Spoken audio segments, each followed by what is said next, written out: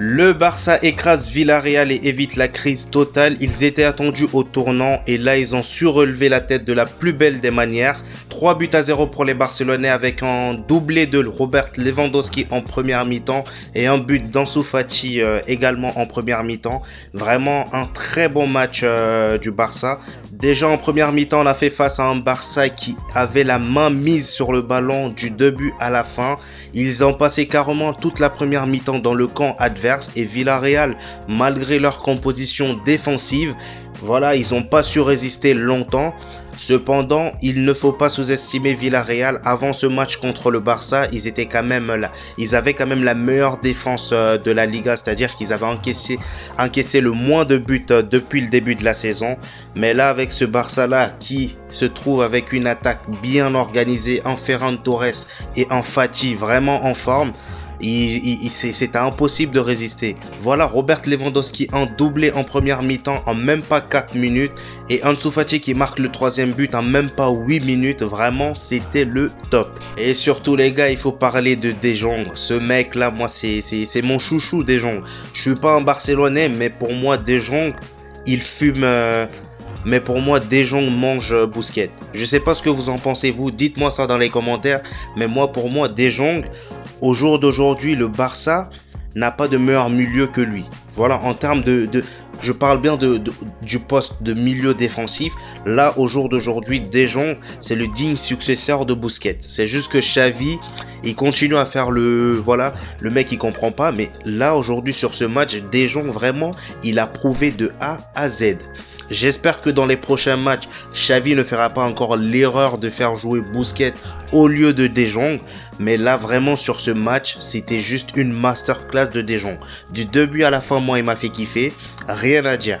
Vraiment, on a beau critiquer le Barça, mais là, aujourd'hui, sur ce match, ils ont été top. Ils ont su jouer de manière collective. Vraiment, au niveau de l'attaque, il n'y avait rien à dire. Certes, lorsque j'ai vu la compo au début de match, je me suis dit, mais qu'est-ce qu'il fout, Xavi ? Voilà, quand j'ai vu Ferran Torres, je me suis dit, mais pourquoi il ne fait pas jouer Dembélé, Rafinha, tout ça? Mais au final, son choix s'est avéré efficace et vraiment bravo à lui. Là, aujourd'hui, il a montré que, même si pour moi, je ne pense pas que ce soit l'homme de la situation, là, aujourd'hui, son choix a été payant. Vraiment, félicitations à lui parce que si vraiment ce match, il le perdait, ça ne tenait qu'à un seul fil, hein.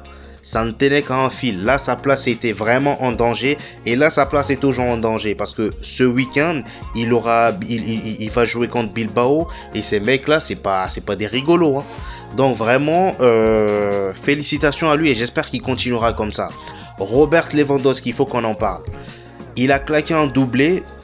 Vraiment que des beaux buts, hein. Le deuxième but, il est magnifique, enroulé sur le côté en dehors de la surface. Il est incroyable but. Et même le premier but, le contrôle qu'il fait pour tirer, il est incroyable. Vraiment rien à dire. Mais son seul problème à Robert Lewandowski, moi c'est ce que j'aime pas avec lui. Je l'aime bien en tant qu'attaquant, mais c'est juste qu'avec le Barça, là, il n'est pas présent lors des grands rendez-vous. C'est ce qu'on lui reproche, c'est ce que, pardon, les Barcelonais lui reprochent, parce que moi, je suis du Real Madrid, mais vraiment, les fans du Barça, de ce que je vois, Robert Lewandowski, il est absent lors des grands matchs. Là, vous pouvez voir, il va claquer des doublés, des triplés face à des Celtics, des Retafe, des Villarreal. Mais en Ligue des Champions, il ne sera pas là quand on aura besoin de lui. Vraiment, c'est ça son gros problème. Donc là, vraiment, malgré ce qu'on lui reproche, là, aujourd'hui, il a fait son match. Il a mis son petit doublé. Il a eu plein d'occasions qu'il a ratées. Et parce que voilà, au bout d'un moment, Villarreal, en deuxième mi-temps, ça jouait à 5 défenseurs. Et vraiment, il y a eu des occasions. Il y a vraiment eu des occasions. Donc là, Robert Lewandowski, il s'envole encore une fois au niveau du classement des buteurs. Là, je crois qu'il a 11 buts et Karim Benzema a 5 buts. Voilà, là pour l'instant, il y a un gros écart qui se crée. Mais connaissant les deux, Karim Benzema, il y a des matchs où il pourra te claquer des triplés, des doublés. Donc rien n'est joué pour le moment.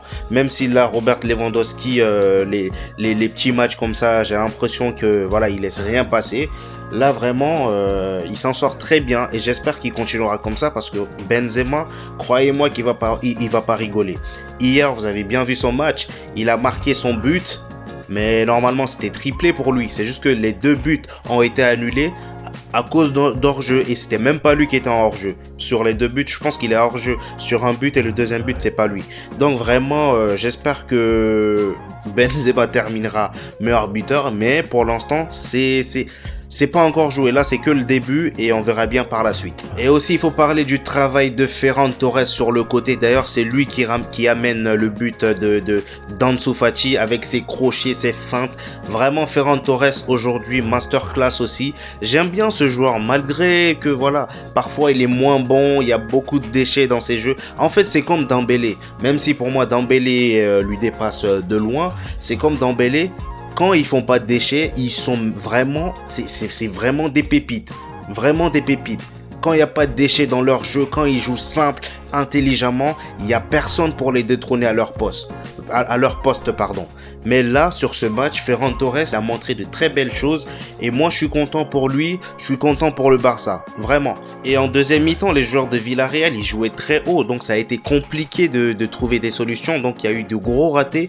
D'ailleurs, le raté de Rafinha qui rentre en deuxième mi-temps, il laisse tout seul dans la surface des 6 mètres. Il a raté, mais je sais pas comment il fait, mais il a raté un truc par contre. C'est incroyable. Par contre, dites-moi dans les commentaires, Rafinha, qu'est-ce que vous en pensez de lui sincèrement? Parce que moi, Rafinha, ce mec, certes, je le trouve bon dans certains matchs, mais je le trouve tellement irrégulier. Et pour le prix auquel on l'a acheté, moi, je trouve pas ça énorme de la part de... Je trouve pas que c'est une très bonne affaire. Dites-moi dans les commentaires ce que vous en pensez vraiment de Rafinha en termes de mercato. Est-ce que le Barça a vraiment fait une très bonne affaire? Vraiment, dites-moi ça dans les commentaires. J'ai envie de savoir, de connaître votre avis. Et l'entrée de Dembélé, vraiment parfait. Parfait. Il a percuté comme d'habitude. Il a provoqué vraiment comme d'habitude. Il y a rien qui change. Même si, voilà, comme je le disais parfois, il y a beaucoup de déchets. Là, vraiment, sur ce match, top. Rien à dire. Du côté de Xavi, on va parler de sa situation. Là, comme je le disais, là, grâce à ce match, il relève un peu la tête. Ça peut le faire. C'est pas terminé pour le Barça. Moi, j'ai foi en eux. Parce que pour moi, j'ai toujours voulu, j'ai toujours aimé le Barça au top niveau. Parce que quand on parle de Classico, c'est mieux quand les deux clubs, le Real et le Barça, sont en forme. Vraiment, je souhaite que le meilleur au Barça. Et là, vraiment, avec l'effectif qu'ils ont, avec le mercato qu'ils ont fait, je pense qu'ils ont toutes les armes pour aller remporter la Liga. Mais comme je vous l'ai dit hier avec ce Real Madrid, vraiment ce Real Madrid, j'ai vraiment en gros doute par rapport au fait que le Barça pourra remporter cette Liga. Mais on ne sait jamais avec le football. On ne sait jamais. On ne sait jamais avec le football. Tout peut arriver. Ça se trouve qu'en à la deuxième moitié de saison, le Barça sera plus chaud que le Real Madrid. C'est à voir, les gars.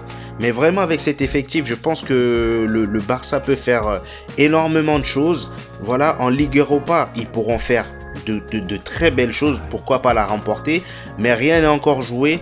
À voir la semaine prochaine avec l'Inter de Milan. Est-ce qu'ils gagneront ou pas? Et pourquoi pas le Barça qui gagne face au Bayern Munich?